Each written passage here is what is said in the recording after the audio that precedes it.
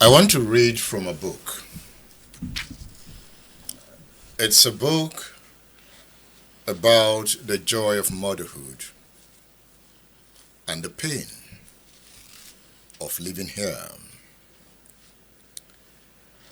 The author says, "My mother was a woman of remarkable professionalism, always exuding an air of sophistication with her impeccable attire and punctuality at work. As a lawyer, she conducted herself with utmost diligence. As a judge, she ensured prompt sittings in her court.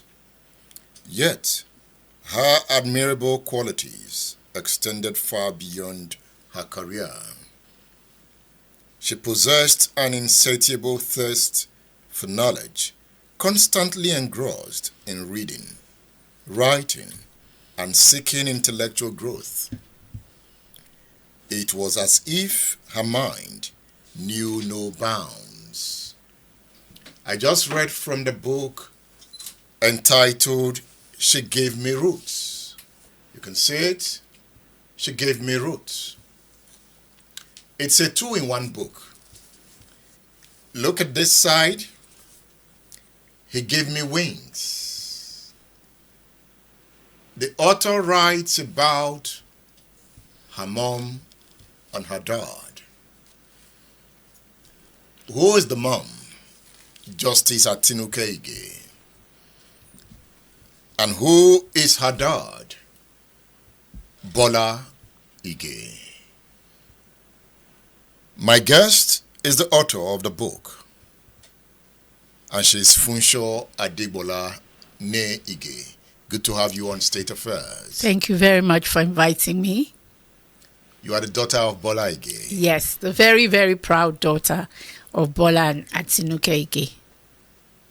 You know, reading your book brings nostalgic feelings. Thank you. Look at how you described your mother. Yes. She was constantly in search of knowledge. Yes. What did knowledge do to her? I think my mom, because she was a judge, she was a lawyer. She was the first female lawyer in Ibadan. And she always had a quest for knowledge. My father was also a very intelligent person. So both of them used to talk about, current affairs. And when she had judgments, she had to read. She had to look at legal precedents that the lawyers had put before her. And I grew up, having lots of books in the house. My father was a very avid reader. My mother was as well. So I think for me, I grew up in that kind of family where I was surrounded by so much knowledge, so much love. That knowledge for knowledge's sake, not so much emphasis on passing exams, but being a cultured person, being a well-rounded person, being an educated person, knowing how to eat properly, how to address people properly, how to dress properly. Those were the things that my parents instilled in us, the children.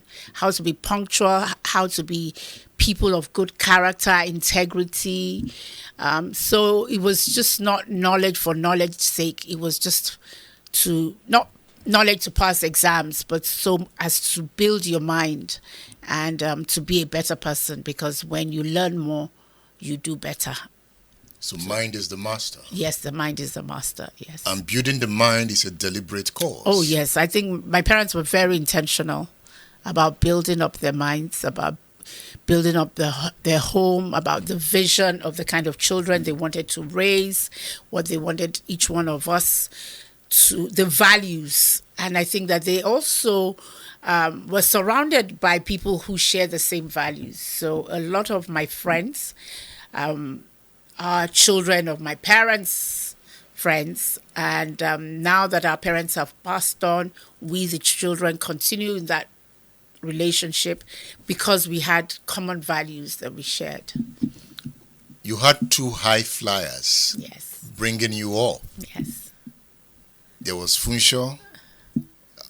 There is Muyiwa Ige. Yes, it's my late brother Tunde. Yes, there was Tunde. Yes. And Funso is here. Yes, Funso is What here. was it like growing up in the hands of two professionals? I think it was, I think the first time it hit me was when I was in nursery school. And I realized that my mom was the only lawyer.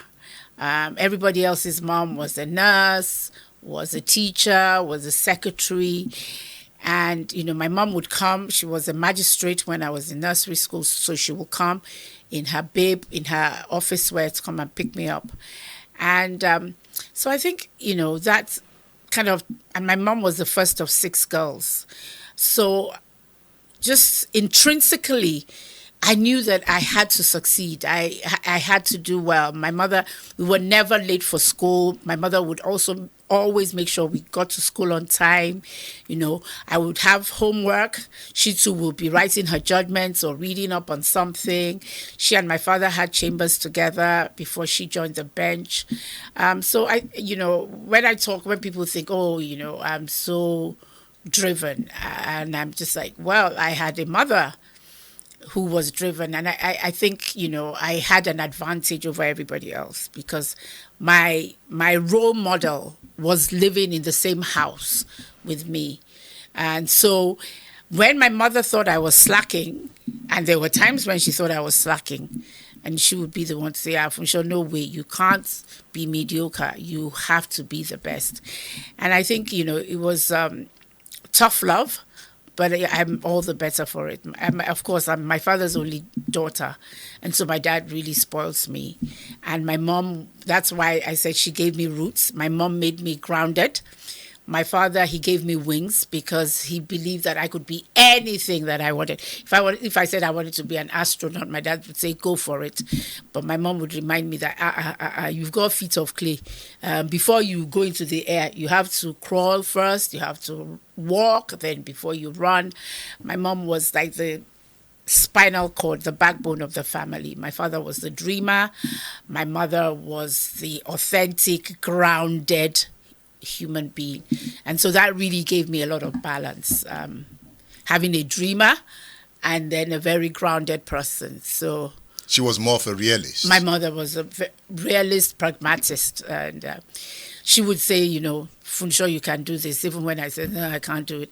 When my father would say, yes, you can do it, my mother would say, well, you can do this, but you can do this better.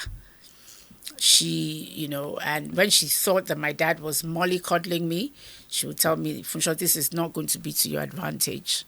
So, you're like me, you're a hard worker, and you're a very intelligent girl. And so you can do, don't let your dad... My father wanted me to fly, but he wanted me to go at my own pace. And my mom was like, no, the world is not going to wait for you to go at your own pace. When I was in practice, I worked with my dad, and I never used to go for cases that required sleeping over. So I would go to Oyo, Ife, Oshogbo, but mainly cases in Ibadan. And I remember after I had my son, my mom invited me to lunch. By this time, she was working in Ife or Oshogbo or something, because Osun State had now been created by the time I was working as a lawyer in my dad's chambers.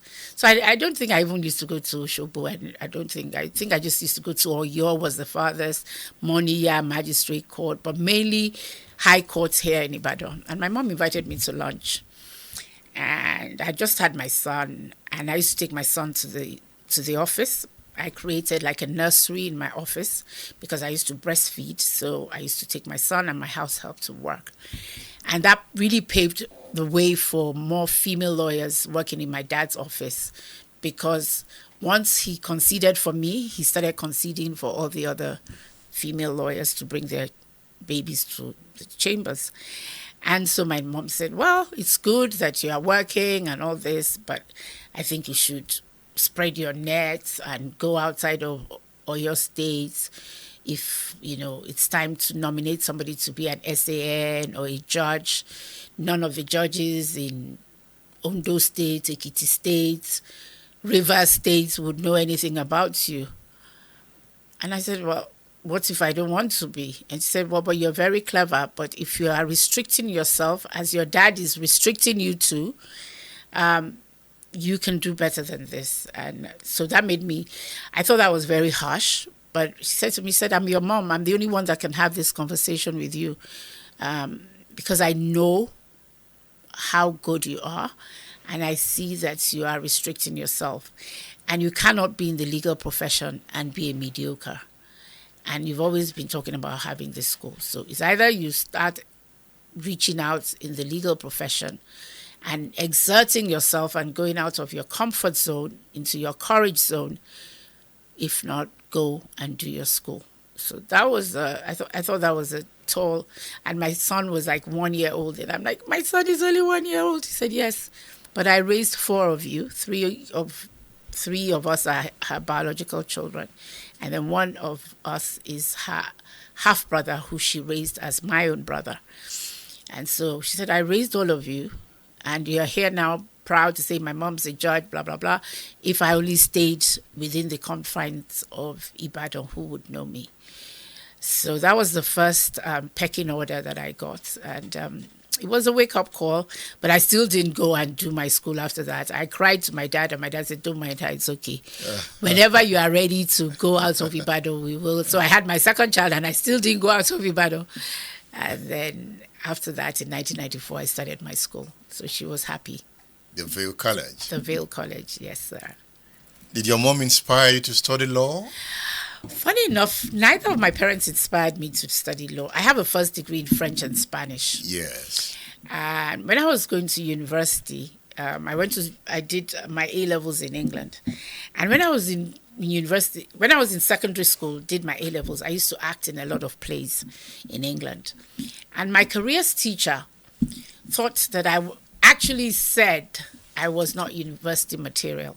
I should have put that in my book, that I wasn't university material, that I should go to the Royal College of Drama, that I should go and be an actress. And I guess being a black girl, she thought she was saying something that it's so ambitious and so phenomenal. And she was also the person in charge of careers. So since she said I wasn't university material, I didn't even have access to filling the university form. And for me, that was a real knock to my ego, and it affected my self-esteem. And that time we didn't have phones, we didn't have mobile phones, but my parents used to call every Sunday at 4 p.m. to my house mistress's phone and the landline, and the house mistress would be sitting there. So I was just crying. My dad was like, Funso, what is it? I said, I'm sorry, I'm such a disgrace. He said, what? And then he said, Funso, you know, I'm your dad. You can tell me anything. What is it? I said, that is so bad. It's so bad. Then he now said, are you pregnant? And even if you're pregnant, it's not the end of the world. You have the baby and you go back to school. I'm like, no, Dad, I'm not pregnant. So he said, so what is it? So he now said, okay, speak in Yoruba. You don't want to, the house mistress is there. So I said, yes. And then I spoke in Yoruba. Meaning that I can't go to the next level, because I thought if I say university, she will catch up on what I was saying. And my dad said, who said that? And I said, oh, this. And my teacher then, who said that, the guidance counselor, her name was Miss Bean. And I said, teacher, that be Ewa. And then and he said, university. So I said, yes. She said, I can't go to university, that I should go to School of Drama instead. So my dad said, okay, don't cry. She said her own no, but you are still going to attempt to go to university.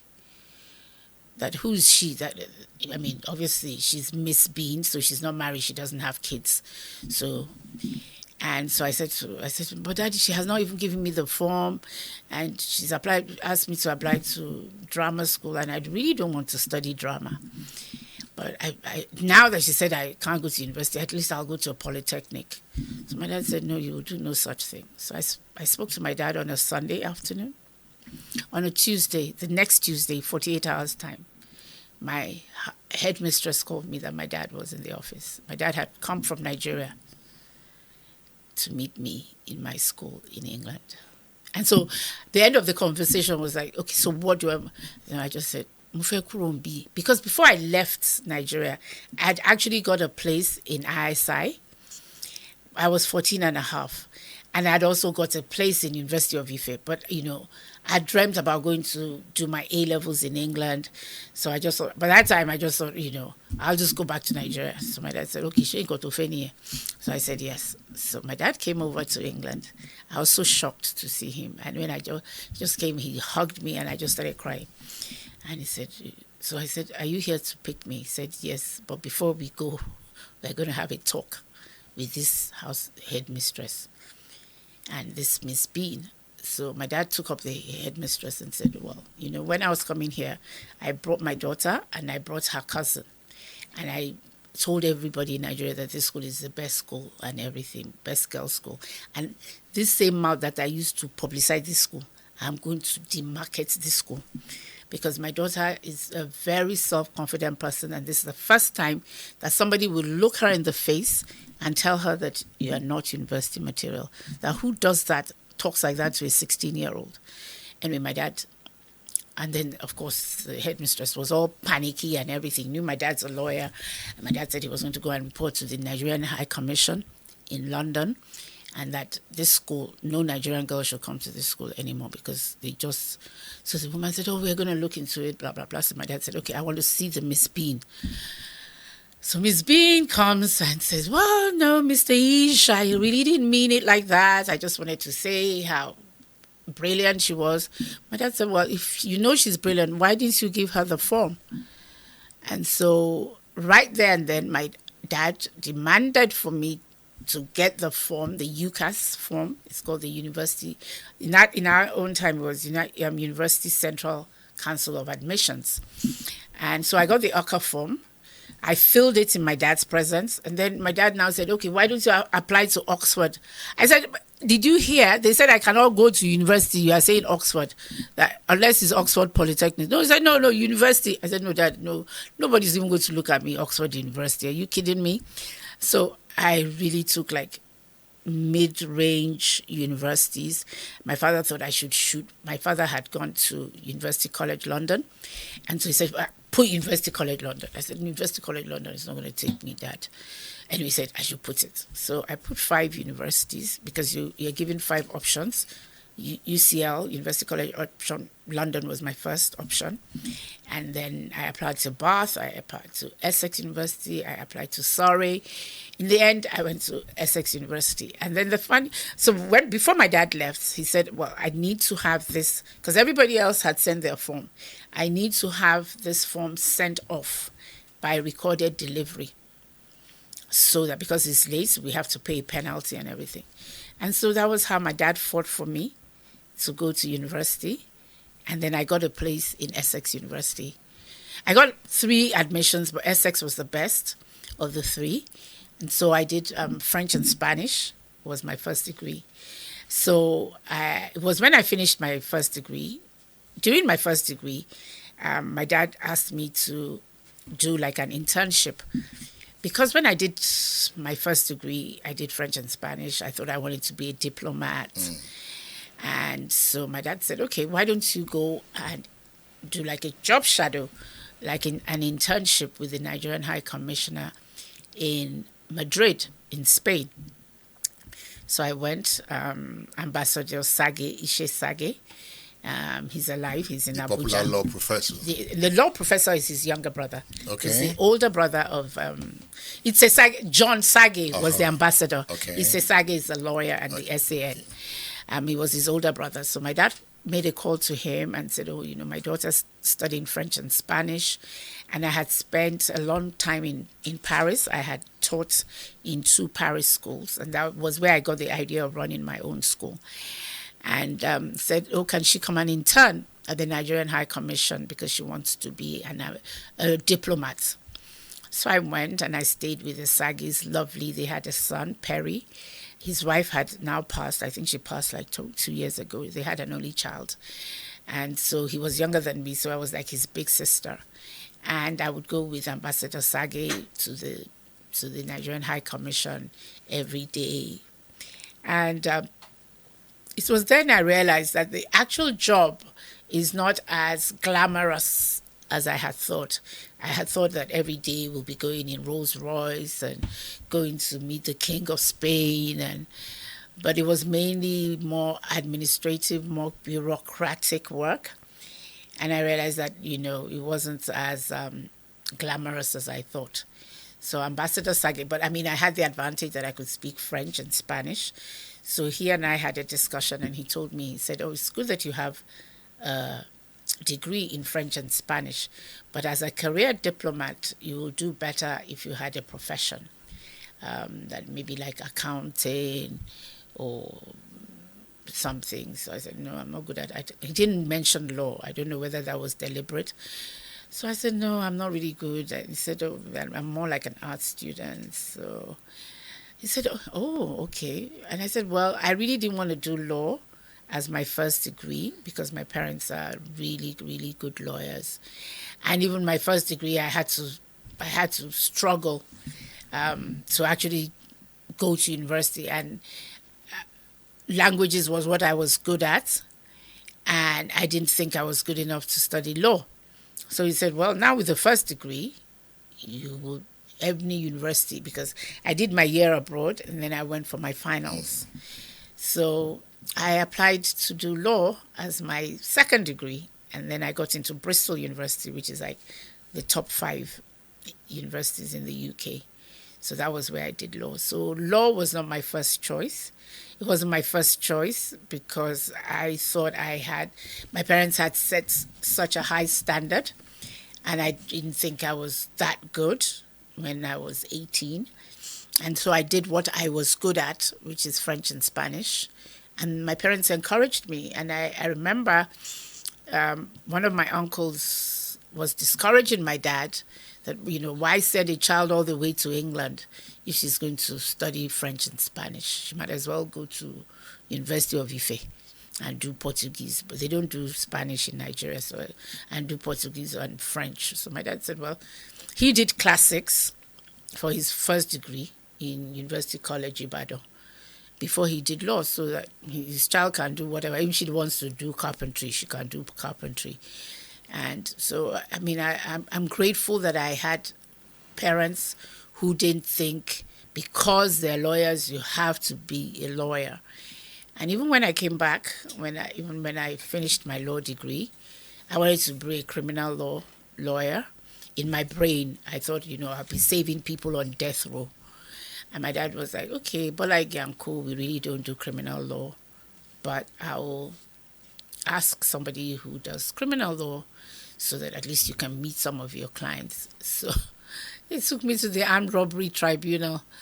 And when I saw the armed robbers, even without pronouncing sentence, I said, no, they should hang them. So, so that was the end of my criminal law career. So I did more advocacy work. I did more chieftaincy and land and insurance, which was what Bola Ige and Co in Ibadan was known for. My late brother worked in Bola Ige and Co Lagos. He did economics as his first degree. And so when he did law, he introduced corporate and company law to the chambers because that was his own forte. And through him, we started doing more banking, more company work, more corporate law. So, what an interesting family. Very interesting family. But at different times, tragedy began to struck. Yeah. You just mentioned your brother Tunde. Yes. On April 10th, or 22nd April. 22nd April was the Thursday. 1993. 1993. Tragedy struck the family. Yes, yes. Tunde died in his sleep. Yes, sir. How did your mom take it? It was horrible. Every time I think about it, it's one of those days that stick in my mind, because, I hear people die, but, people near me have never died before. My father's brother died. My father's sister died in 1971 or something, but I really didn't know her that well. I mean, she was not my sibling. And my brother and I worked in Bola Ige and Co. He worked in the Lagos office. and I worked in the Ibadan office. So every day we speak. When he gets to the chambers in Lagos, he'll call me. When I get to the chambers in Ibadan, I'll call him. And that day, my dad and I were supposed to go to a case in Ogbomosho. And my father is a stickler for time. He told me that we're leaving at 8 o'clock. I got to my father's house at 2 minutes past 8. My dad had left. And so I just went back to the chambers. I saw, I went downstairs from the chambers. There's a woman that fries akara. So I said, okay, since I'm early and I'm not going to court, let me just eat akara. Bread, I bought bread and I bought akara because I didn't have time to eat breakfast at home. So as I was about to have the akara, the landline went, and a friend of my brother's called and said, Funso, please come to Lagos. I said, why? He said, we're having problems waking Tunde up. So I said, oh, pour water on him. I said, Funso, please come. I really don't know what I did. I just flew down the stairs. My father's chambers is on 2 stories. So I just ran the stairs, and I was shouting, please God, don't let my brother die. Please God, don't let my brother die. And I got into my car. And now this is me, that I've never driven beyond challenge in my life. So I got into my car. I was still wearing my law clothes, black, with my white bib and everything. And apparently I had called my mom. I don't know, my mom had called. And we had said, oh, I just missed Daddy. He's gone off to Bomosho, without me and everything. So I remember making that call, but later on I found out that she called back in the chambers and said I had gone. So as I got into the car, I started my car. I really didn't even know where I was going. And Adamasimba, I just turned around to head towards Dugbe. And there's a petrol station opposite my dad's chambers. So the Alaji that owned it at the time asked one of his workers to go across the road to stop me. So the guy stopped me and came and said, no, stop, Funso, stop. So I said, what? He said, okay. So the Alaji said, why are you speeding? Where are you going? I said, I'm going to Lagos. I said, Lagos. I said, my brother, please don't let my brother die. So he said, okay, that his driver should get into the car and take me. It took us 47 minutes. I remember that day. I told the driver, just put your foot on it. So the driver was going at 160. We got to my brother's house 47 minutes after I got that call. My brother's house is like the 5th house on the road. As I got there, first house, one of his friends lives there. As his friend saw me, everybody started running helter-skelter. Funso Adegbola. I just opened the door of the car. It was as if my brain told me that my feet could not carry me as fast as the car. I started running to my brother's house. And my brother lives on the 1st floor. All his friends said, no, nobody can face her. So I started running up the stairs. And I got to the room and I just saw him lying there. I'm like, Tunde, wake up. This is not April Fool. This is not a joke. Wake up. I looked at him. The duvet was up to here, He just looked at it, was smiling. The only thing I realized, so I started checking his body. I realized that the tips of his fingers had gone blue. I've never seen it before. So I just lay on him. I started praying, Father God, let my brother wake up. Jesus Christ, raise my brother. Today you cannot die. Today you must not die. Today you must not die. So I was there. And then the next thing, one of his friends came and said, Funso, your mom is here. I don't know how. Till today, I don't know how I did it. I just switched. I just got up and I locked the door. And I went to meet my mom. My mom too is a judge. She was wearing black. And she met me in my brother's living room and said, where is Tunde? I said, Tunde is in the hospital. Said, okay, he's in the hospital. What are you doing here? What happened to him? I said he had an accident. because his wife had traveled the night before. So he said, "Oh, okay, he had an accident. Okay, so if he had an accident, why are you here?" I said, "I came to collect some of his clothes." "You saw him?" I said, "Yes, I saw him. He did not die." I said, "No, he didn't die." He said, "Are you sure?" I said, "Yes, I'm sure." So I said, she said, "Okay." And then as she stepped out, she said, "I have a feeling that my be naughty jomi in Yoruba means that I've been burnt in fire." So I said, "No, mommy, nothing like that." I said, "Oh, why don't you go and see Tamilore?" Tamilore is my niece and my brother's only child, who was sleeping next to him when he died. And she woke up. It was when she woke up and my brother didn't pick him up that the house help came in and saw that my brother had died. So I said, "Mom, why don't you go and see Tammy?"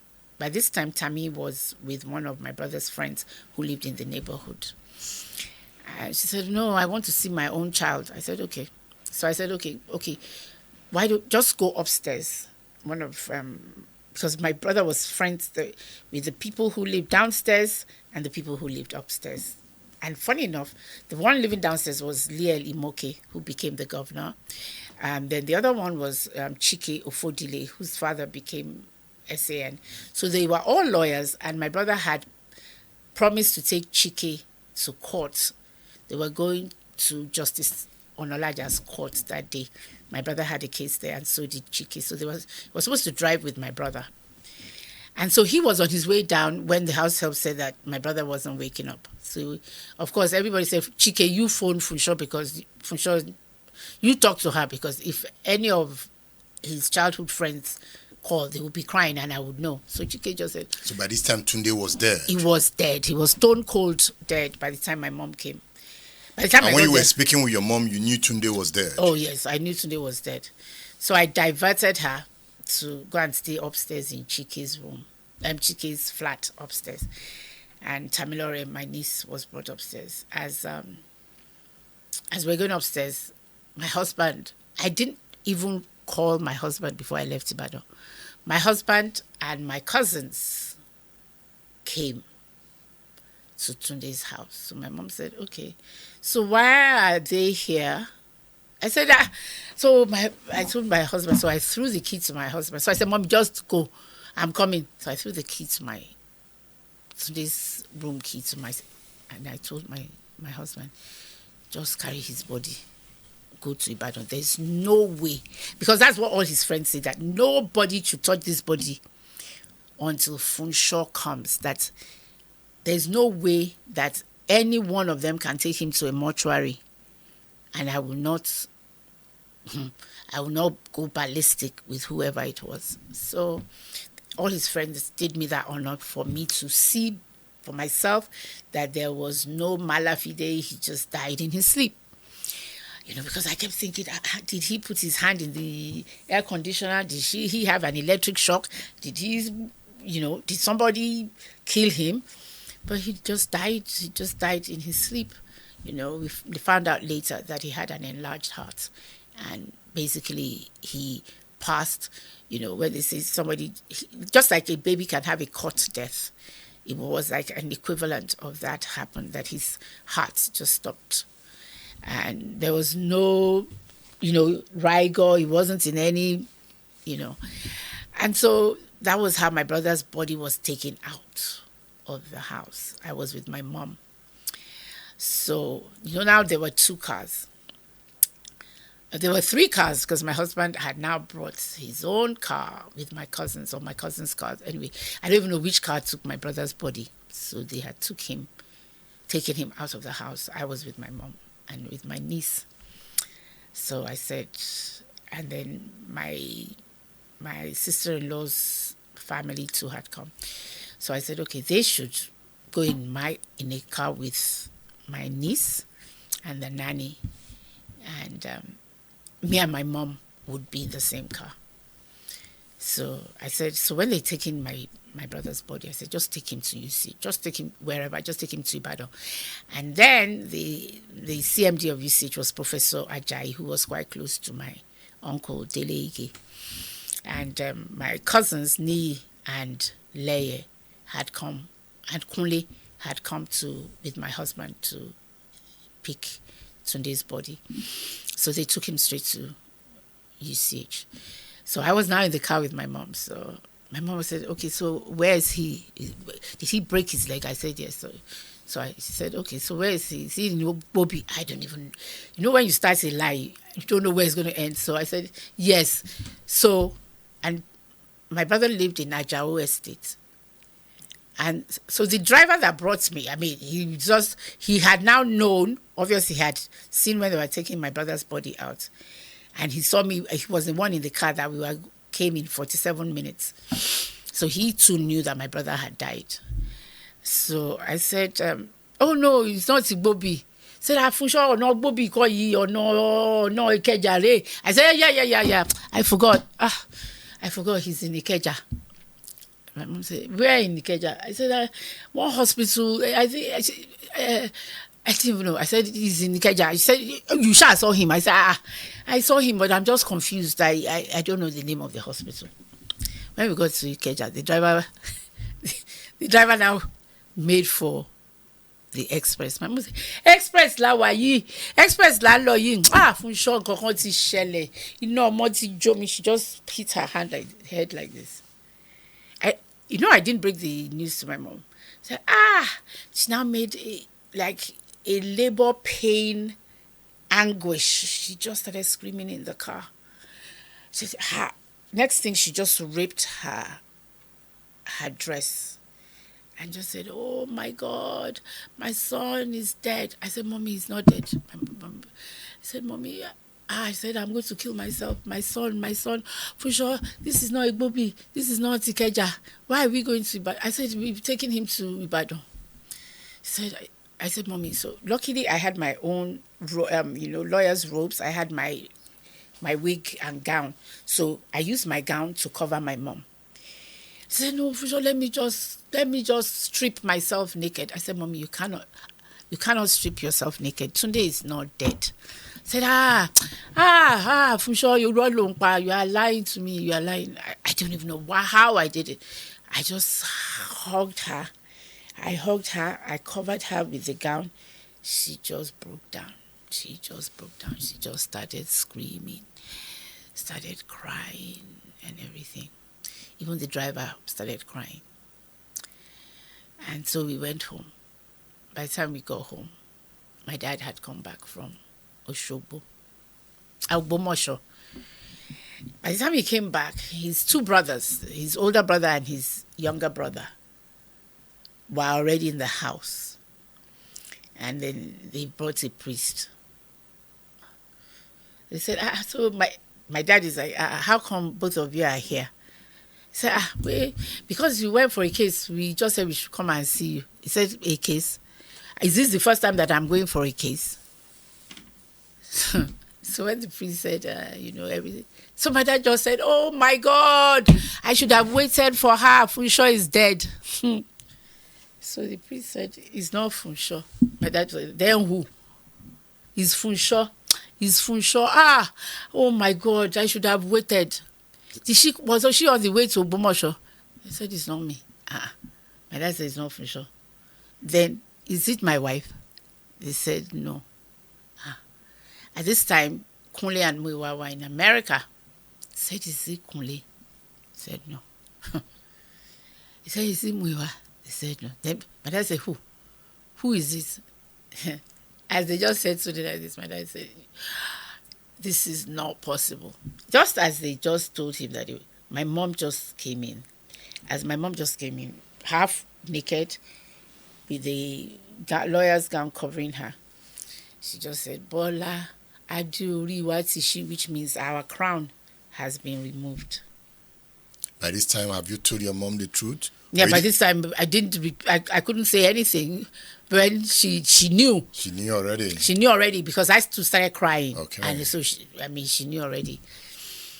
So my dad was just like, I now came in after my mom. My mom came in first and said to my dad, Bola, inoti jowa.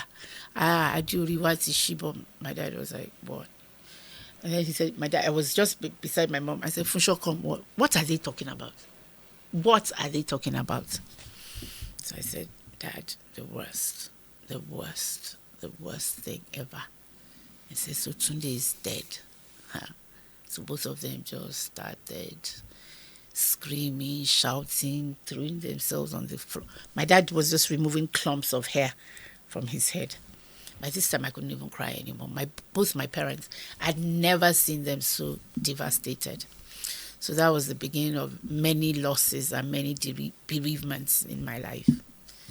That Thursday, 22nd of April, 1993. A sad day. The saddest day. The saddest day. Before then, my dad's assassination 8 years later. Your dad's assassination shook the whole country. Yeah. It's a story I can't forget. It's a story many people can't. And you narrated the story in your book. Yeah. How you came to the house and met everywhere quiet. Yeah. What happened that day? That day was the day. It was a Sunday. I'll never forget. My birthday is on the 22nd of December. And every year, I write to my parents to thank them. I give them a gift every year. So that 22nd, I'd written a letter to my parents and a card to appreciate them. And then I sent food to them. So the 23rd morning, my dad had gone to Holy Communion. My parents prefer going to Holy Communion. My father grew up as a Catholic, so he likes Mass. He likes anything that is Holy Communion. He doesn't like Matins as much as he loves the Eucharist. So, and he likes to go to church very early. So he had gone to church very early that Sunday morning. He had gone to Holy Communion service at St. Anne's. And then he called me. His older brother had been ill. He was ill in hospital in Lagos. He has his own family. This my dad's brother, my uncle. You're talking about George Ige. George Ige. Bola Ige was the middle boy. My father was the middle. George Ige was the oldest boy. Dele Ige was the youngest boy. They have two sisters. The first child and the one before my dad. There's one between George and my dad. And she's a lady, but the three men were the more prominent ones. So my dad was the middle of the three boys, the three men. And so he called me and he prayed for me like 40 minutes. Funso, thank you so much. You know, you made me so happy. You make me so proud. I pray your children too will make you happy and make you proud, blah, blah, blah. That I have decided to go to Lagos to go and pick my brother and bring him to hospital in Ibadan. I'm like, Daddy, this man is 70-something. He has grown-up children. His first child is a professor. Why would you go and pick him from Lagos and bring him to Ibadan? He said, most of his children are out of the country. His only son, my cousin Akinge, who actually lives near here, is in Ibadan. So he just thought he and Uncle Dele and Ibadan. And, so they'll bring him, UCH is on strike, so they'll bring him to Oluyoro Catholic Hospital. So he said he was going to Lagos. So I said, okay. The next day, Christmas Eve, they were supposed to go to SRK. And that 23rd was my church, All Saints Jericho's carol service. And my dad really loves my church, especially the choir and the carol service. So he said, I'm going to come to the carol service. As soon as I get back from Lagos, I'll come to the carol service. So I'd gone to see my mom on that 23rd. My dad hadn't come back from Lagos. When we were going to carol service, I stopped by because my parents also live in Bodija. I also live in Bodija. By the time I was going to the carol service, my dad hadn't come. And so my mom was like, okay, I'll wait for him so that both of us will come together. Throughout the carol service, I was looking out. If I see somebody come in, I'll think maybe it was my dad. So throughout the service, my dad didn't come. So I thought, it's unlike my dad. My dad is the kind of person, if he gives a promise, especially to his children, he will try and fulfill that promise. So when I got back I went to my dad's house. And I got to my dad's house with my two kids. My husband didn't go. That was on the 23rd of December, 2001. December 2001, about 8 p.m. Just after 8 p.m. So When we got to the house in Bodija, my dad's driver and the policeman and the security detail, they were outside. And the driver was even playing with my daughter. My daughter was like, no, don't play with me because I've trained my children, Nobody will just be touching my daughter's cheek and say, fine girl, you are my wife or you are my girlfriend. No, don't even play with me. So my daughter was not, so I just went straight up. The whole house, there was an eerie silence. Very odd. So my children were like, Grandma. So my son went to the study. I thought my mom was there because in the study there's a bathroom and my mom wasn't there. Grandma, on my dad's side, there are two wings of the house. My mom has one side, my dad has one side. Grandma. Then I heard my mom's voice faintly say, yes. So on my mom's door, the key was outside. So my son was the one who actually opened the door and found that it was locked. So he just undid the key. As he undid the key, Muiwa just leapt out and said, Daddy, I heard a shot. I'm like, what? Because I didn't even go to my dad's side. I was going to my mom's side first and then going to my dad's. Muiwa just ran out. So they were locked in by the assassins. The assassins locked my mom, Muiwa's wife, my uncle's wife, who my dad had gone to drop in Catholic Hospital Oluyoro, locked them in my mom's room. I went to go and kill my dad. So Muiwa said he heard a shot. He heard shots. I'm like, shot? So anyway, Muiwa ran. And anybody that knows Muiwa knows that Muiwa is fitter than me. He flew. And then I just saw my dad's body on the floor. He was wearing white brocade, buba and shokoto. Muiwa too was wearing white buba and shokoto. Muiwa, and there was, a gunshot wound to his heart. Muiwa was now doing CPR. So he stuffed the place and he was doing CPR, put his mouth and was do the CPR, blah, blah, stop one, breathe into his mouth. I just broke down. He said, then I think the houseboy, the steward now came and I started crying. He said, Sister Fucho, don't cry. The steward now said, oh yeah, carry him. Helped carry my dad. He just took the car from the key from the driver, or maybe he had his own car, I don't even know. He just took one car. So I followed him. By the time I got to that housing corporation roundabout, my father lives just off a day. My brother was going at a speed that there was no way that I could match. So he had taken the body. So he had gone. So I now went home because my husband was like, this is the third time you are going to your father's house because I'm very close to my parents. So he decided that he's going to watch TV. So he was watching TV. And then I just came in and I said, Bero, my dad has been shot. I feel my dad has been killed. He said, are you crazy? I said, did I lie like that yesterday? I said, somebody just shot my dad. He said, okay, so what are you doing here? I said, I came home to take my ATM card and whatever I have so that if they need money in the hospital. So he said, okay, where is he? I said, Muiwa was taking him to Oluyoro. So now, my husband is Miro. He now got into the car.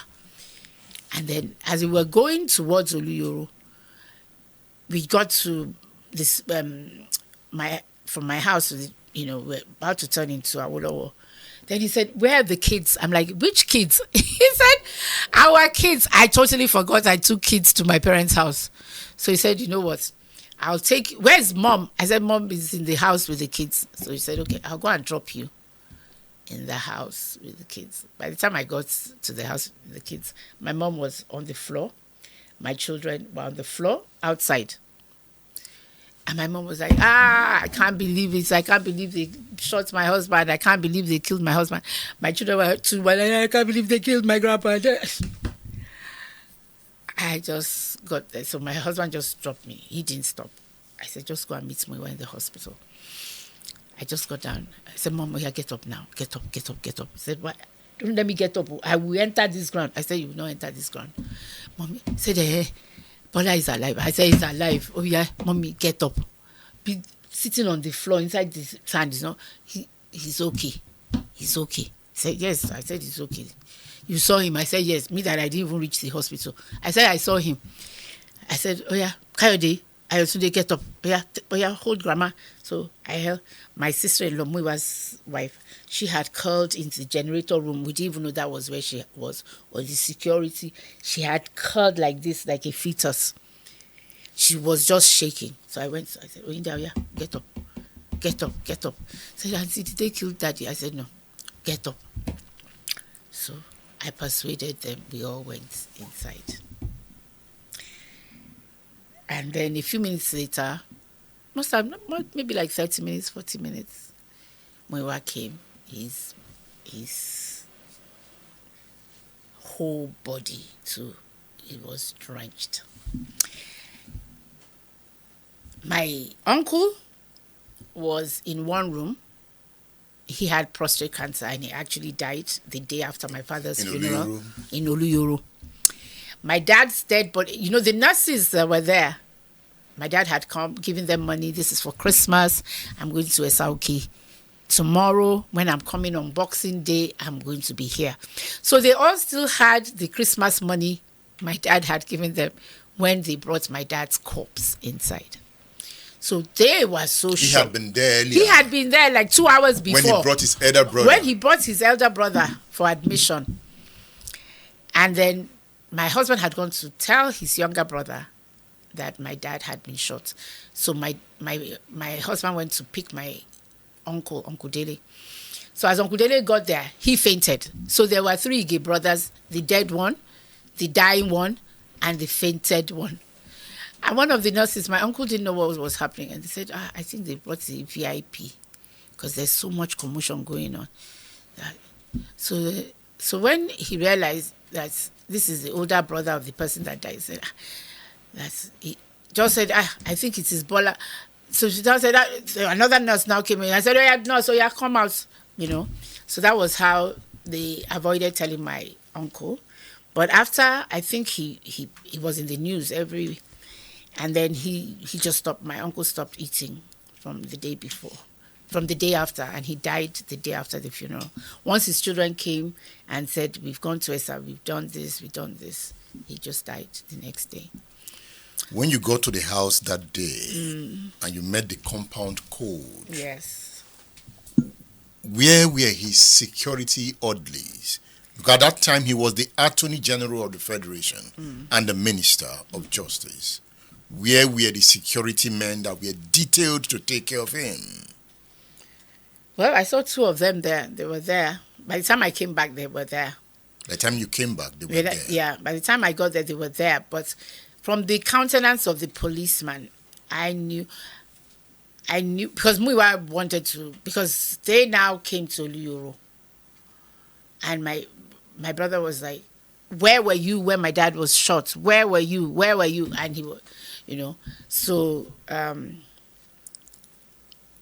to avoid a commotion, I think they took my dad's body into the theater and told Muiwa that they were going to do a surgery so that Muiwa could at least leave the place, because apparently he was so irate. And Muiwa saw a ladder. They were painting for Christmas. Muiwa climbed the ladder so that he could look into the theater to see if indeed they were doing anything to my dad. So I think Muiwa actually went through a lot more, because funny enough, both my mom and my dad, he was the one that carried them to the hospital. And, so it's actually had more damaging effects on him psychologically. And he was, so he went with my dad to Lagos, and he knew that my dad, the excuse they gave was that my dad told them to go and eat. Now, there was food in the house. There were cooks in the house. And they were still going to take my auntie to her son's house in Oluyole Estate. So Muiwa claimed, he was in the car, that my dad never told them to go out to go and eat. But obviously, they knew they were going to come and kill my dad. So I was the unknown factor, because if I did not come in, they would have been like the heroes and said, we just came and met him. And by the time we now discovered that by the time I came, they had actually seen my dad's dead body on the floor. They had seen it. They had seen and it. pretended. And pretended that they didn't see. So the point is that when the assassins came, Bola Ige's security men were not around. They said they were not around. They had locked my brother up, so nobody knew if indeed they were there, and they let those ones go in and do their work. But the excuse they gave was that they were not there. That's the excuse. All of them. All of them. And then 64 rounds of ammunition was locked up inside a cupboard. Who locked it up? The security detail. So they were not armed when they left. They were not armed when they left. They were not armed at any time. They did not plan to be armed. They had disarmed themselves. The security detail was actually promoted. He worked in the presidency after my dad was. We are talking about the Attorney General of the Federation. Yeah. At the time. At the time, yeah. Yeah. Muyiwa was then when the assassins came. Yeah, Muyiwa was there when the How many of them came in? I don't know. But Muyiwa said he recognized, because during the court proceedings, he actually recognized one of them who was not locked up, and he identified the person. But like now, the states themselves, they proclaimed a nolli prosequi, that there was nothing to prosecute, so they left them. Everybody's free. Nobody's been jailed or anything for Bola Ige's murder. Your mom wanted to see justice. My mom wanted to see justice because she's a judge and I'm a lawyer, and so it's a criminal matter, so it's the state versus the defendants. We, as his children, could only give the supports that we saw the government needed, and that was to give our testimony.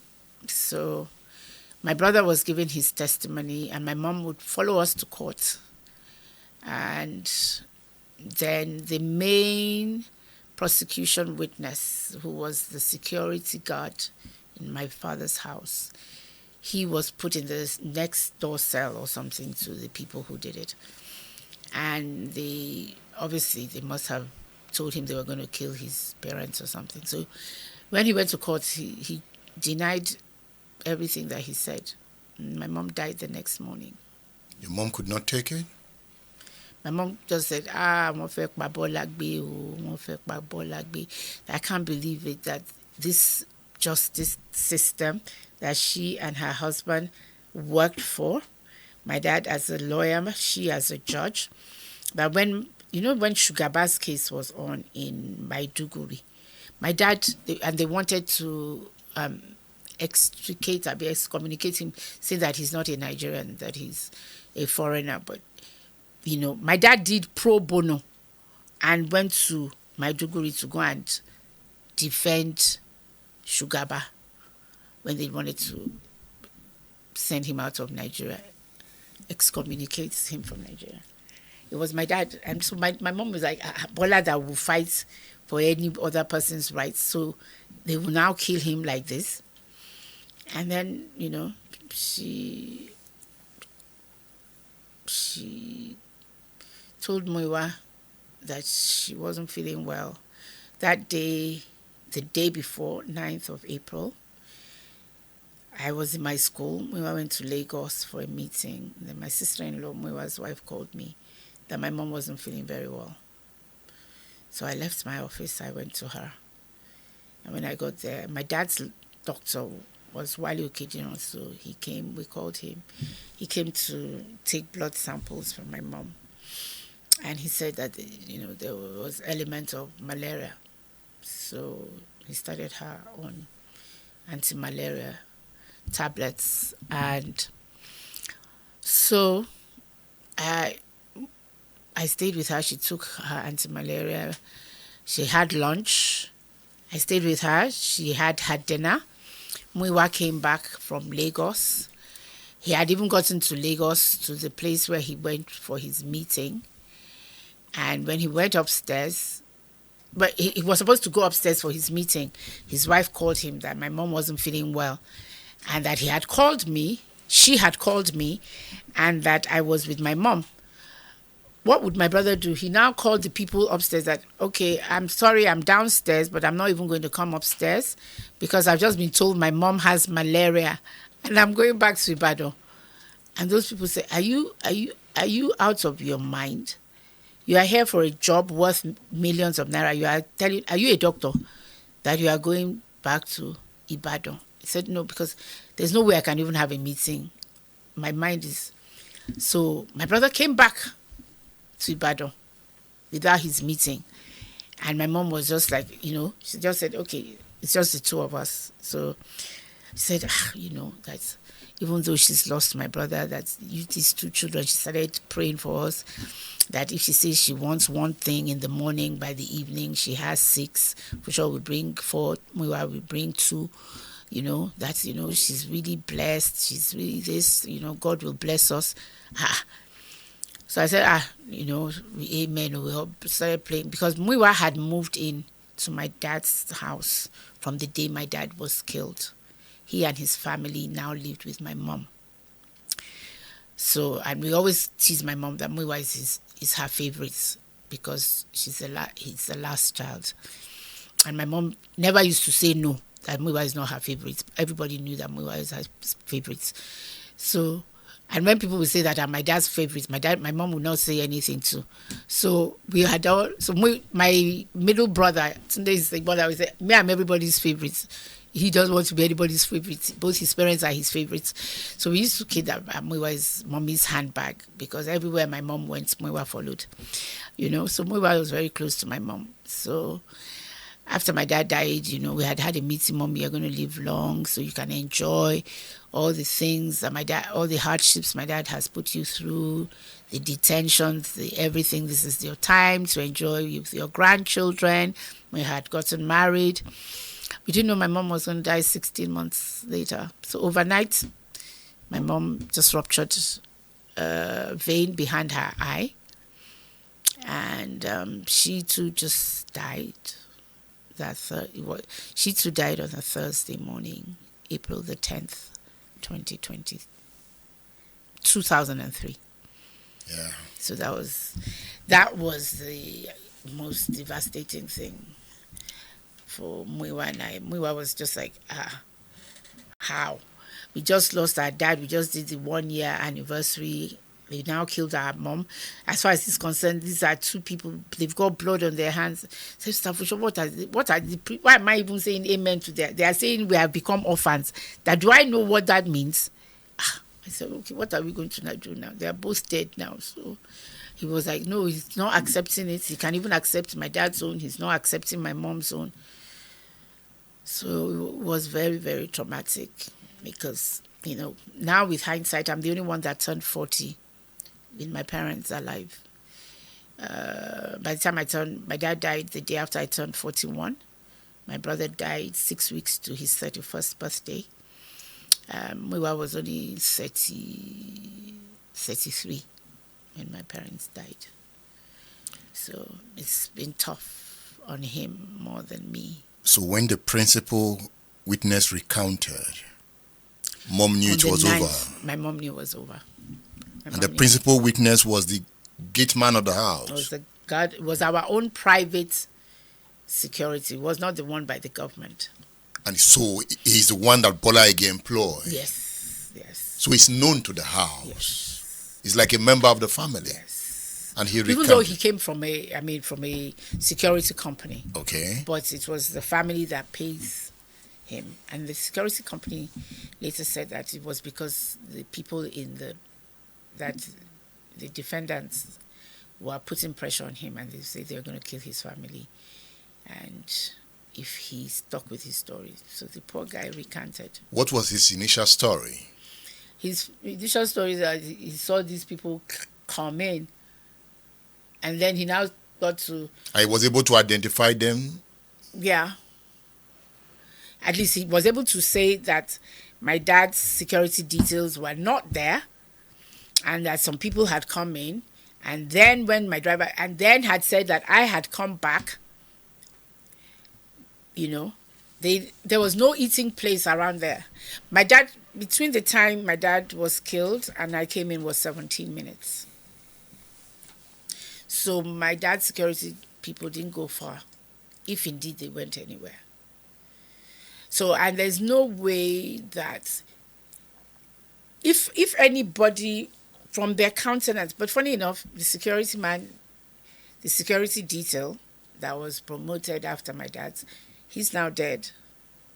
When I saw that he died, I said to my brother, I said, so this man can die?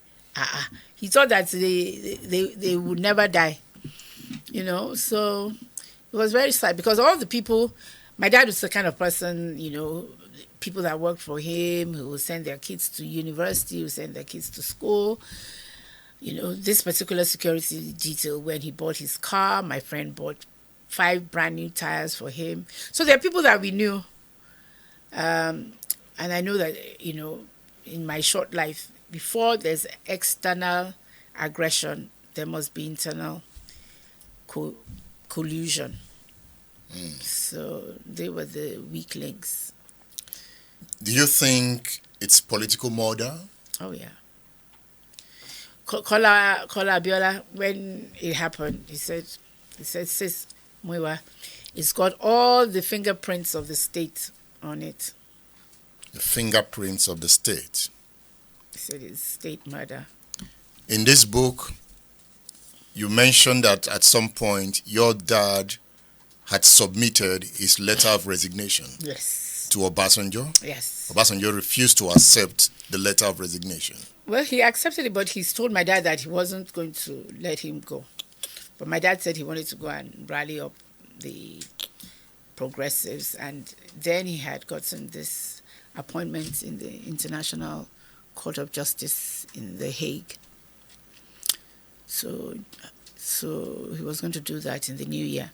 My mom, we had been to Abuja. My mom had been given the OFR on the 18th of December. So it was on the 19th of December that my dad handed in his resignation. As the Minister of Power? As the Minister of Justice and Attorney General. Okay. He was power before Attorney General. He was in power ministry, for, I think, from maybe like June 1999 to 2000. Then from 2000 till he died in 2001, he was Minister of Justice and Attorney General. So he had given notice that he was leaving in March 2002. 2002. So they killed him on December 23rd.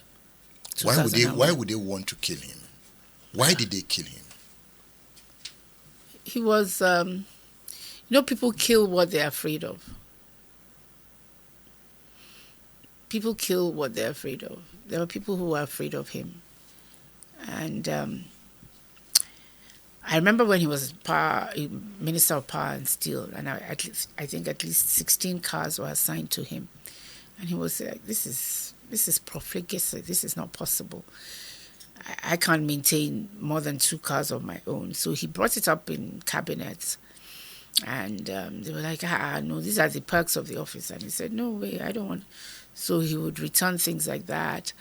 He would, and then, I remember Kemachukwe came to the house after my dad was killed, and he said, is it in this house, or we just came to this house as a decoy? I said, no, this is where he was killed now.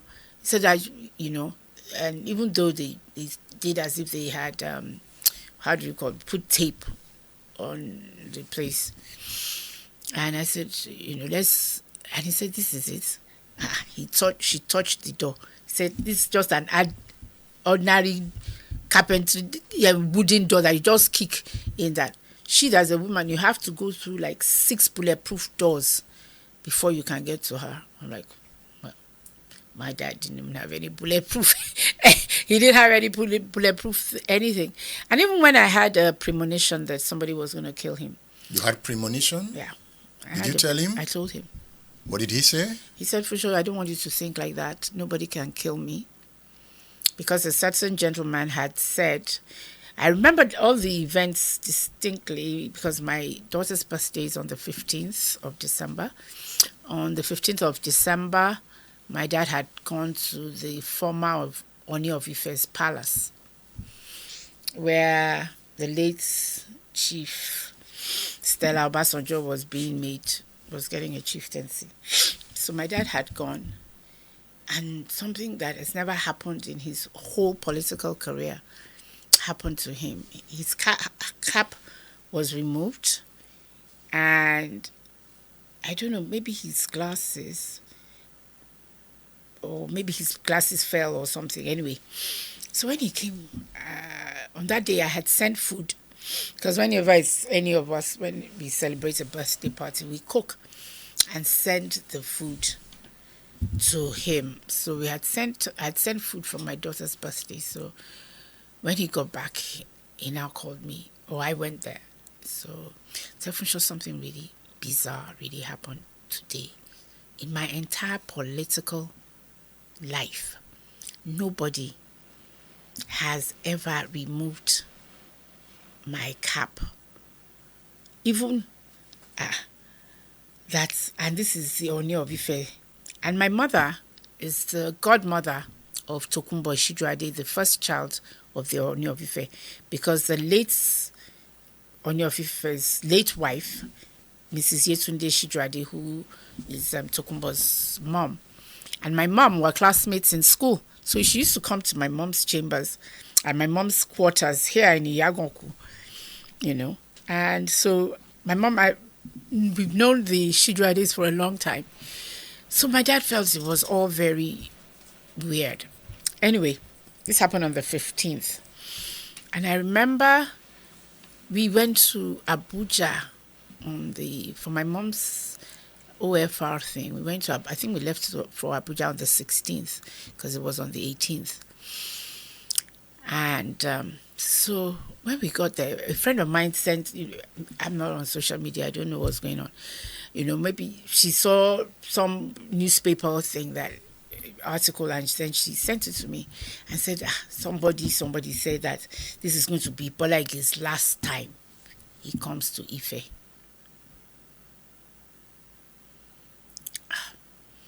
So my mom, overnight, maybe it was because I got that news. That 18th to 19th, I now had this dream. Or is it when we came back from 19th to 20th? Actually, I had the dream before my dad died. And I told him. And I said, I saw myself wearing jet black. And I was crying. And nobody could hold me. I said, Daddy, I have a feeling that they're going to do something to you. He said, who are they? I said, all these people that are threatening that you will not come to Ife again. It's going to be Bola Ige. That. So my dad said, who were these people threatening him? Iyola Omishore.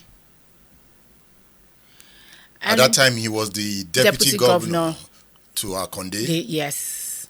And they were trying to either impeach him or impeach Akonde. I don't even know. There was a lot of political wahala in Osun State. In fact, BC Akonde was not in Nigeria when my dad was killed. He was outside of Nigeria. I think he arrived that night or something. I can't even remember.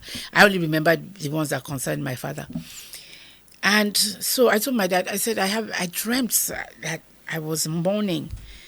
My dad said, no, nobody can kill me. God has not given my life over to anybody. And I remember my father always says something, he said, I am surrounded by the white light of Christ through which nothing evil can penetrate. He had no supernatural powers? No, not as far as I know. He was ordinary? We would just go to church. But my father had a very strong faith, and he always fasted every day of his life apart from Sundays. So if you put him in prison, he doesn't care because he's used to not eating. He lives a very Spartan life. There are times I'll go to my father's house and he will put off the AC And I'm like, Daddy, why are you putting up this? He said, because what if one day they put me in a place and there's no AC? Will I now, my body be craving for AC? I'm like, I can't sleep without AC. My dad can't sleep without AC. My dad, if in detention, they will all have a latrine and a bucket, and everybody will be peeing inside, pooing inside. My father had no sense of smell, so he can be sitting next door to the pit latrine. He wouldn't even know. So my father was, he had learned to put himself under. My parents were married in 1960. By 1962, my dad was already under house arrest restriction order in Ubiaja. And so my dad said, that one thing that he'd always prayed against was what happened to Awu. That Awolowo's first son, Segun Awolowo, died in an accident when Awolowo was in prison. So my dad, as soon as they lock him up or something, the first thing he's going to say, pray to God, Father God, just protect my wife and my children. That he can't take any kind of deprivation, but he cannot bear to be in incarceration for anything to happen to his children. So I remember I shared that dream with him, and he said, nobody can kill me. I said, these people are planning something. He said, nobody can kill me, Joe. Don't even allow negative thoughts into your mind. I'm surrounded by the white light of Christ, through which nothing negative. He was not security conscious. At all. No men around his At house. All. My dad would give his, that time they had all these satellite phones that are really big like this. Those knots, 9 knots. He would give it to his security. He said, he doesn't want anybody to be calling him when he's on the road. No talks around the house. No thugs around the house. Our house, the fence is, you can see through like this, the fence to my father's house. You can, everything. My father, when he became governor, he was living in our house in Okeado for months before he moved to the government house. And that's his Attorney General's quarters in Abuja. You see him, that my father was like a bird of passage. You know how my mother was still working as a justice of the Court of Appeal. I was still working in the Ville College. Muiwa was still doing his work in. You know how now they will become minister and the whole family will move to Abuja and be getting contracts. That's not how my dad was. So when he died, and Muiwa went to pick up his things. And then, when he died, because of the way he raised us, my mom said they should send back all the jeeps and all the things that belong to government. Other people now, they see people who are only central bank governor, how many jeeps they take to their house. My dad, so by the time my dad died, we didn't have any government property because my mom was a civil servant, and so she knew that, those things don't belong to him. It belongs to the government. Those were the days when men were men. Do you think if he had left the Obasanjo government at the time he wanted to, it would have been a threat to the PDP? I don't know. Hindsight is 2020. I remember when my dad was going to join Obasanjo's cabinet. My dad always says that your family is your first constituency. So he discussed with us and said, Obasanjo is asking me to come to his government. Obasanjo was his friend? Well, he thought he was. Because when Obasanjo was in prison and my dad knew that they were going to poison him, my dad actually alerted Obasanjo that they were going to poison him. So they weren't friends. My dad went to school in Ibadan Grammar School, in University College, Ibadan. So my father's friends were Akima Bogunje. There are people that he went to school with. Obasanjo and my dad didn't go to school together. So they're not friends like that. Like Wole Soyinka is my dad's friend. So everybody that's my dad's friend, I know who Obasanjo was not my dad's friend that they grew up together. My dad, I don't know his children. They never came to our house. We never went to Obasanjo's house. So I wouldn't say that they were friends like that, but they were acquaintances. He can't say that. I saw Obasanjo came to our house when he wanted to become the president. He came to that same house that my dad was killed. He came there. So, I mean, they were, my uncle, Tayo Akpata, he was in PDP. He was in MPN. My father was in UPN. My father was in ACN. What was it? AD? When my AD. Uncle Tayo Akpata was my guardian when I was in school, in law school. I lived in Uncle Tayo's house. And he was NPN. Uncle Tayo's wife and my mom are cousins. So my dad, there's no politics of bitterness. When Remy was alive and his wife had to come to UCH for treatment, she stayed with my parents. I mean, what's the name of this TV guy? Joseph Tucker was a lawyer, was my dad's friend. My dad would go to Simeon Tucker stayed with my parents because my dad had his growing up years in Kaduna. So they spoke Hausa to each other. So my dad is that kind of person. My dad is just a very different. In fact, I remember I told my dad one day we were talking and I said, Daddy, this Nigeria is not worth dying for. My dad said, anything worth living for is worth dying for. I'm like, yeah, you can't die for this Nigeria. This Nigeria is a useless place. He said, no, it's not a useless place. So he didn't say that he would die. He didn't know that he was going to die, but I don't think he was afraid of death. And because he thought service to community is the highest service you can give to God and to man, for people to benefit from your good decisions. My father never did anything that would be for the benefit of his own children. It was children of other people, health of other people. My father was a humanist, and so he was very different. And now when I look at the people in government now, I just shake my head. It's so sad how things are supposed to get better, but the quality of leadership has just gotten worse in terms of people with solid minds. I mean, my dad was commissioner when I was in secondary school. My dad was commissioner under General Adeyinka Adebayo, and I was going to St. Anne's. And my dad was first commissioner for agriculture, then he was lands and housing in his 30s when he wrote against military government, and General Adeyinka Adebayo sacked him. The following day, he took his wig and gown. He went to court. So it's not like all these ones that they are just ministers. They remove them. They just stay in Abuja until the next government come. And, So my dad wasn't like that. He wasn't, he wasn't a chop politician. When he called the family to consult, to say he was going to join the Obasanjo government, did the family give its blessing? Well, my dad is the kind of person that he reasons with us.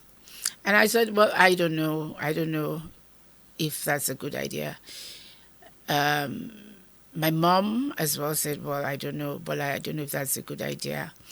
But he said, the thing is, I can make a difference if I'm on the inside better than if I'm just on the outside. And so, and because I know that my dad's also not a whimsical person, that he would have thought about it. And by December 2001, he already had planned his exit strategy, that he was going to leave before the end of Obasanjo's term.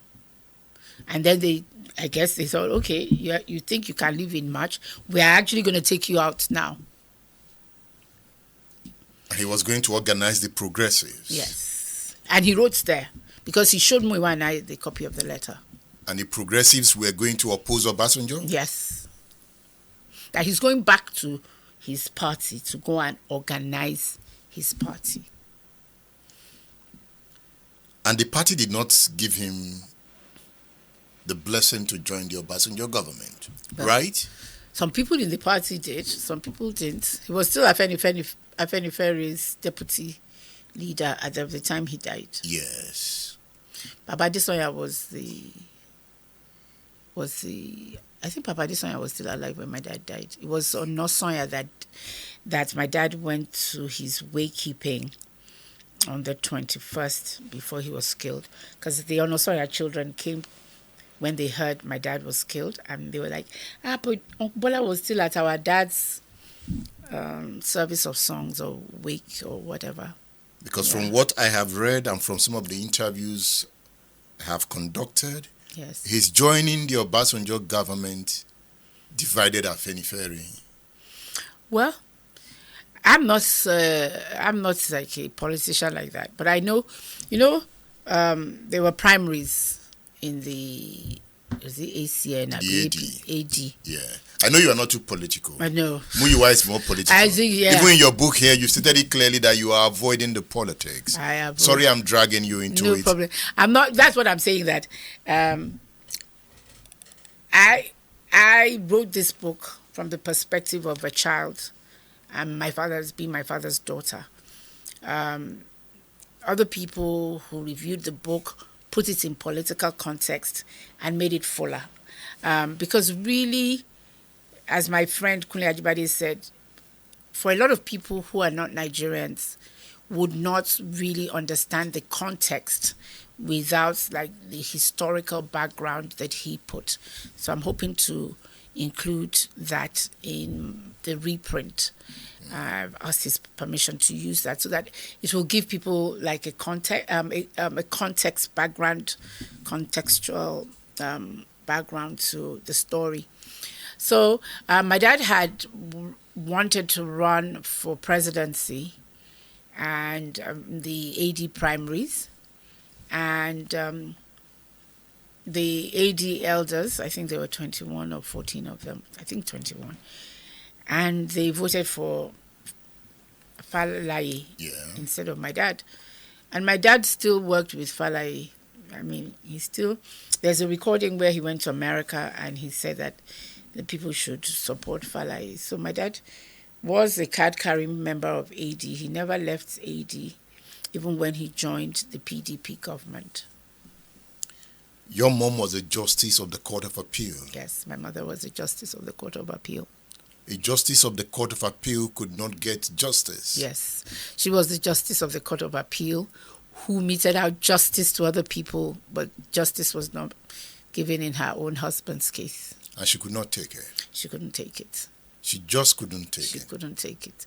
I think that was like the last straw for her. But in your book, you described her as that strong woman. That's what I thought. I've learned. My mother has always been a strong person, very resilient.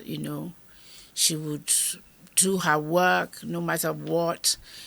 But I think the death of my brother did something to my mom, which we all didn't actually recognize, because we were actually planning my brother's 10th memorial on the 22nd of April, and my mom died on the 10th. So my sister-in-law, my niece were all planning for the 22nd of April to do my brother's memorial, and my mom too, only for my mom to die on the 10th. So we started my mom's obsequies from the day after my brother's memorial. So we did the memorial on the 22nd, and we started the services of songs on the 23rd. Remember the guard who continuously said, Justina Ige? Yes. Justina Ige. That was in the prison. That was Ikoyi prison. And you also made the point that your dad perhaps also attracted some of those arrests to himself. I don't know whether he attracted it to himself. He was a vitriolic writer. Yes, he was a fighter for democracy. Yes. My father, he believed in that the sword is mightier than that the pen is mightier than the sword. So he would write articles in Tribune, and he would always give points of action, points to ponder, like homework. He was like a teacher. And, work on this, work on that. He was against military government. He didn't hide it. That the And your best mom kept moving from one detention center to the another. other to visit. To visit, and then my dad did not want us to like go and beg for favors, so we would have to go through the whole route, get a letter from the commissioner of police from to the DSSS and all this before we get the clearance to go and see him. And so when we see him, as soon as we get there, they will tell us you only have 45 minutes and all that. And so then there will be somebody there with him. So you have to speak in a language that they can understand. So, and my dad did not want them to have the joy of saying time up. So before the time is up, he will just say, for sure, I think it's time to go, because it will break my heart if they come here now and say, you guys must go. I'm trying to picture him in prison. Yeah. And, he would come down and I would say, Daddy, you've lost so much. He said, no, it's okay. I'm always fasting. I'm fasting. I'll be fine. As long as you are okay, And I'm like, I'll never forget, the pass was for me and my mom. So they put Justina Ige. So my mom's like, okay, Ige is a very common name, that there may be another Justina. Then he said, Justina and Funso Adegbola. So I now got up. I said, no, she's not Justina. My mom said, sorry, Oga, calling a prison warder that is not up to her orderly. Oga, what did you say? You are Justina and I've been calling your name. You don't want to go and see the... Instead of Justice. Justice. He couldn't believe that this Justice, this woman, She was so humble. So she said, I just said, she's a justice of the... My mom said, here, Oga, you say I'm Justina. Oh yeah, I should all to go and see my husband. I'm Justina, and I'm like, Mom, you should report this guard. This warder. You should report him, and he should be removed. My mom said, let my husband just come out alive.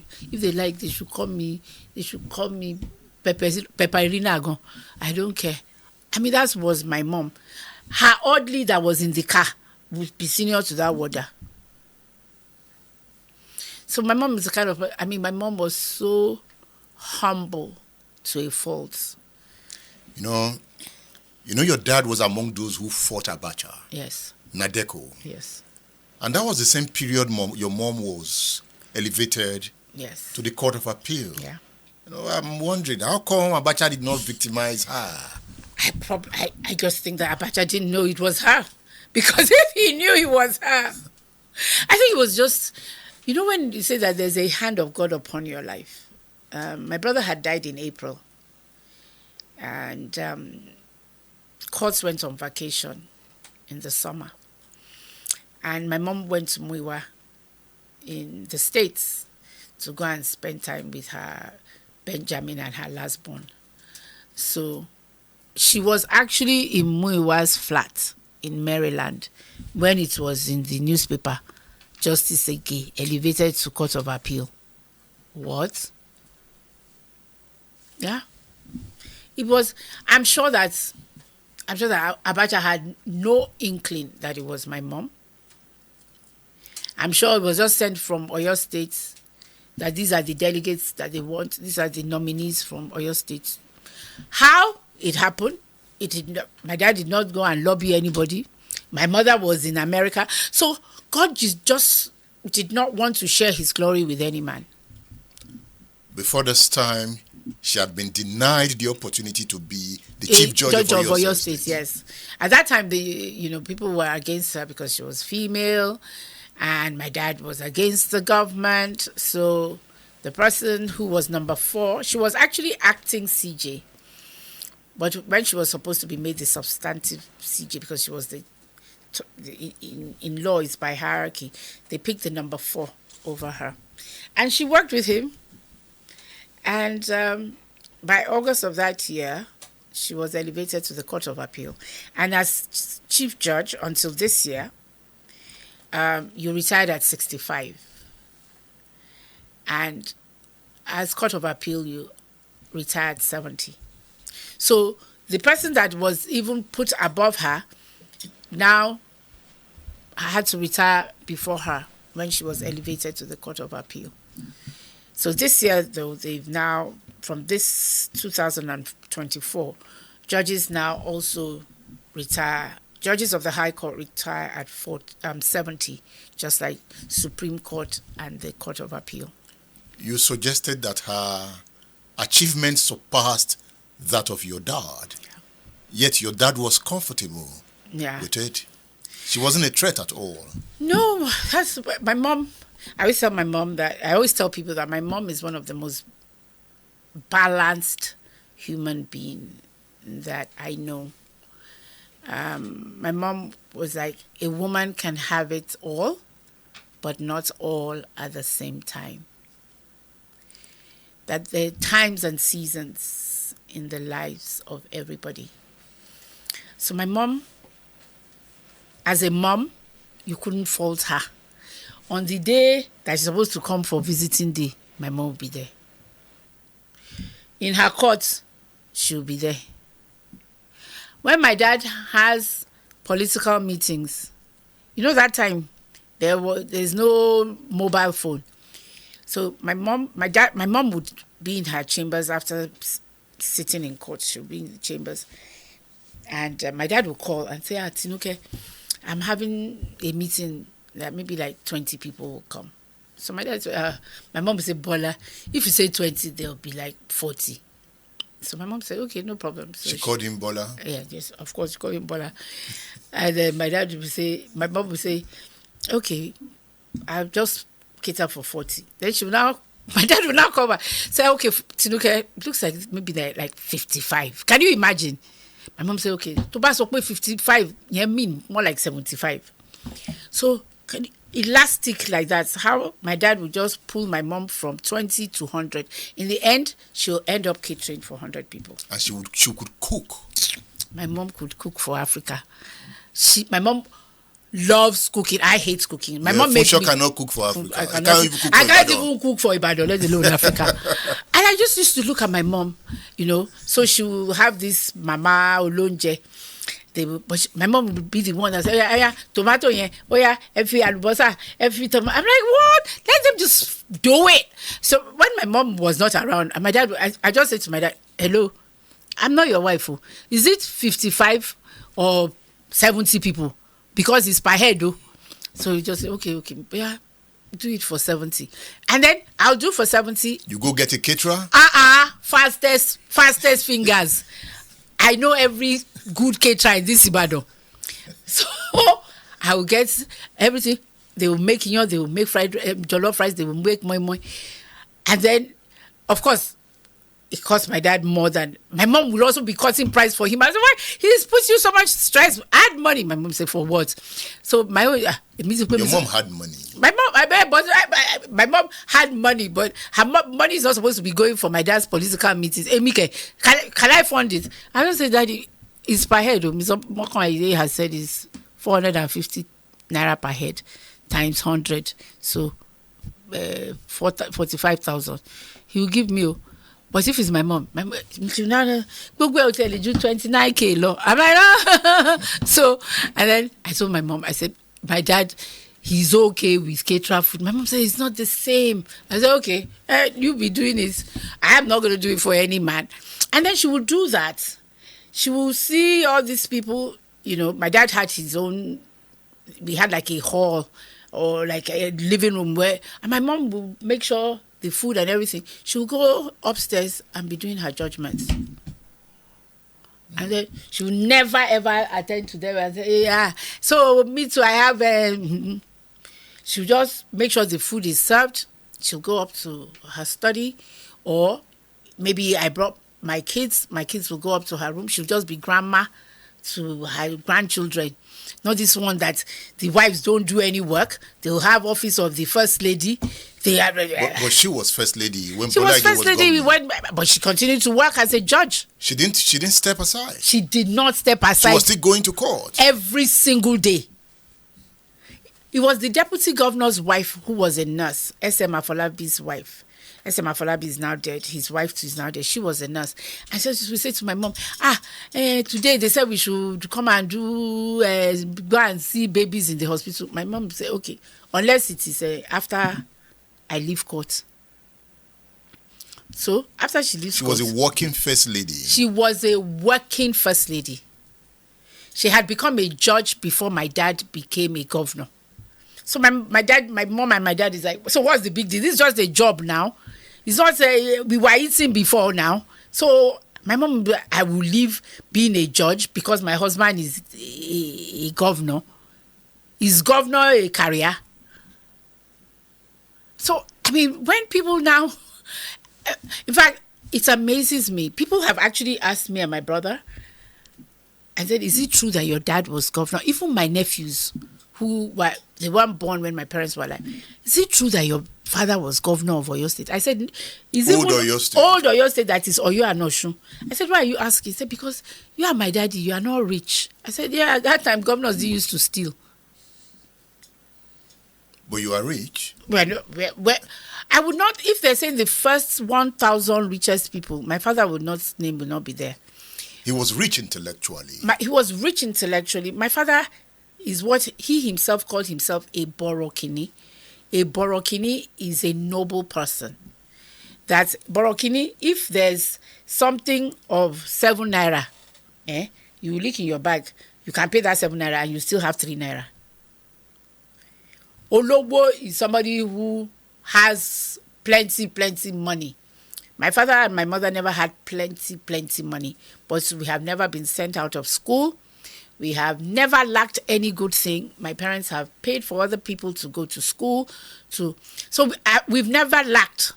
But my father would never describe himself as a rich person. Intellectually, my father hates people who are dim. He cannot suffer fools. No wonder his friends were intellectuals. Yes. The Mabogujes. The Mabogujes, Wole Soyinka, those are my father's friends. That if you cannot spar intellectually, then you cannot be my father's friend. So how was he able to cope with the politicians around him? Look at the politicians around him at that time. They were not like the politicians now. Who were the politicians? His leader was Obafemi Awolowo, who was a journalist before he did law. My dad did classics before he did law. My mother did liberal arts before she did law. He loved Awolowo? My dad loved Awolowo. We used to go to Awolowo's house every 26th of December because he would have a party for the families of all his, followers. My father, if you name Awolowo like this, my leader. So that leader, we grew up with that leader. We cannot even go to my grandparents' house on 26th December, Ikene straight. My mom said, cannot even say where. If we go to Esauke, we must come back and go to Ikene. Because he was like my father's next to God. He inspired him. Yes. Look at Ambrose Ali. Look at all the people that were governors at that time now. Is it Bisi Onabanjo? Is it Latif Jakonde? Is it Professor Ambrose Ali? Is it Baba Ajashi that you will say that are non-entities intellectually? But now they brought it to the lowest of the low. Àwọn bàbá ẹlẹ́ran ló dẹ̀ kù. Your father was called the Kikero. Yeah, so he said he was Kikero. Everybody said he was Cicero. He said, no. Latin is Kikero. I said, so, if you go and say Kikero, nobody will say, no, what you are talking. He said, you, my children, you must know it's Kikero. I said, sorry. That's in Latin. If C follows I, it's pronounced as K. That is if it's double C, like Gucci now. Because it's double C, it's Gucci. I said, yes, sir. So, but a lot of people, I mean, that time he would call radio stations. That maxim, you said it wrong. It's res ipsa loquitur, not res ipsa loquitur. I'm like that. So now he will be rolling his grave when he even hears people's command of English and people who should know better. He read and read? He read and wrote. When he was in prison, he will write on a piece of paper like this. He will write across, round, across, round, across, round, like this. And he will fold it He always had push telegraph. So he always sent notes to us because there will always be one warder that likes him. So he just say, please get this out to my children, get this out to my... So, and then when we now wrote back, and you now make a mistake, he will correct it, say, no, this is past participle, you should know. I'm like, Dad, you are even in incarceration, you are still looking at my English. He said, yes, I have to look at your English. And he could speak his mind. Oh, yeah. Yeah. Your book is smooth, easy to read. Thank you very much. Thank you. This is Funso. No, you've got the... Okay. He gave me... Yes. She gave me roots. Funso Adegbola's book. Funso Adegbola is Bola Ige's daughter. Yes. Have you read this book? Read this book. It is the story of Atinuke and Bola Ige. It's a 2-in-1 book. Yes. She gave me roots. If I turn this, it becomes upside down. Mm-hmm. What? This way? Who designed this book? It's a unique design. I was the one. You know, I wrote first. That's why please do not procrastinate whatever you do. I wanted to write this book for my dad's 70th birthday. My dad was still alive at his 70th birthday. And I didn't get round to doing it. So I thought to myself, I'm going to do it for his 75th birthday. My dad was killed 1 year, 3 months after his 70th birthday. So he never made it to his 75th birthday. I said, okay, I'm going to... Now, I was devastated when he died. I said, oh, wow, this manuscript. I'll write it for my dad's 75th. At least my mom would be alive. My mom died at 71. Both my parents died at 71. My mom died when she was 71. So my mom also never saw this book. But I just told myself, sure, you cannot procrastinate again. So on my dad's 75th birthday, I decided that I was going to do the book presentation, and Uncle Wale Shoyinka was the chairperson at that event in premiere. So I did He Gave Me Wings first. And last year, when my mother's memorial was 20, one of the judges, female judges, who my mother had inspired, told me, said, Funso, it's not fair. Every time you're always talking about Uncle Bola, Uncle Bola, Uncle Bola. And your mom is actually a very formidable force in her own right. Funso, you should write a book Funso, why haven't you written a book in your mom's memory? And that really jolted me. And I said, really? My mom is a real superstar. Like your dad was a superstar. My dad was a superstar, but to marry, only the deep can call forth to the deep. Only my mom could have married my dad. And only my dad could have married my mom. Because my parents married 1960, April. By June 1962, they held him into detention. So your first 18 months of your marriage, they first even took him to Ubiaja, and my mom was in Ibadan. So not many women have that kind of resilience. And it was actually my mom that did law first. My mom and my dad started off in University College Ibadan. And my mom was doing liberal arts. There was no law in University College Ibadan. So my mom's cousin, who realized that my mom was very bright, and he was a lawyer, Chief Morondi, I told my mom, oh yeah, come to England, come and do law, and you can get away from that Bola Ige, and come and do law. That Bola Ige that's just doing classics, he's not going anywhere. So my mom went to England. And left Bola Ige. Bola Ige, that was, hey, you went to England, you left me. Walai, I'm going to follow you to that England. So he got a scholarship. Because my grandfather was rich, my grandmother, my dad's family. My father was, he and his brothers were the first generation learned people. But my mother, my grandfather was an accountant. He had an MBE from the Queen of England. The Olokos.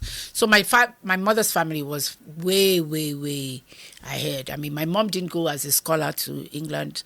Her parents paid for her education. My father went as a scholar to even UI and Ibadan Grammar School. His father was a railway. They hold up the flag that train come, train go. So my mother's family didn't want my mom to marry my dad, but he pursued her for 12 years. He's a go-getter. Go-getter. So he made sure he got her. And because then he said to me, he said, once I married her, I knew that my children would be smart. That's, so and then I was the first child. And so my dad had all kinds of theories about me that my father thought I was a genius. I could read by the time I was 4. So I could read headlines. So he would say, Funso, come and read this, and I would read this. And he would call all his friends, say, can your child at 4 years old read this? My daughter is a genius. My mom would just say, Baba, genius. This genius, she should come and just make her bed. She would just do something that is just so pragmatic. I say, genius, yeah, go and wash your plates if you know you're a genius. My daughter, she doesn't need to wash her plates. Leave her, And, my mom always said that, Bola, leave me a makpe, kama lokpe. That, Bola, we may think that we are going to live long. What if we don't live long? Funso must know the essence of money. My dad said, well, my daughter was going to be all right, So my mom, sometimes I always look at, she always wanted me to do the right thing and to be the good first child, because she was the first child of 6 girls. So I believe that my mom was, so when I look at it, to think my mom was a lawyer in 1959. Yeah. She was the first female lawyer. In the Western region. So, in terms of first, my mom was a woman of first. But you can never see her blow her trumpet. It would always be other people. And so when my friend said to me, and your mom has done really well, for sure, and you are the only one that can tell her story. So that really hit me. So I decided that I was going to put it together. And then I had run out of, he gave me roots. He gave me wings. So I decided to do the 2 in 1. And then since both of them are married, both of them are dead. And I'm also Igesha, Oshomalu. Instead of doing 2 hardback, so it just be 1 hardback and divide it in the middle. So, and I just thought, one side will be my mom, the other side will be my dad. So my dad's own is a reprint. It's my mom's own that's the first print. Thank you for writing this book. Thank you very much. And thank you for featuring on State Affairs. Thank you very, very much.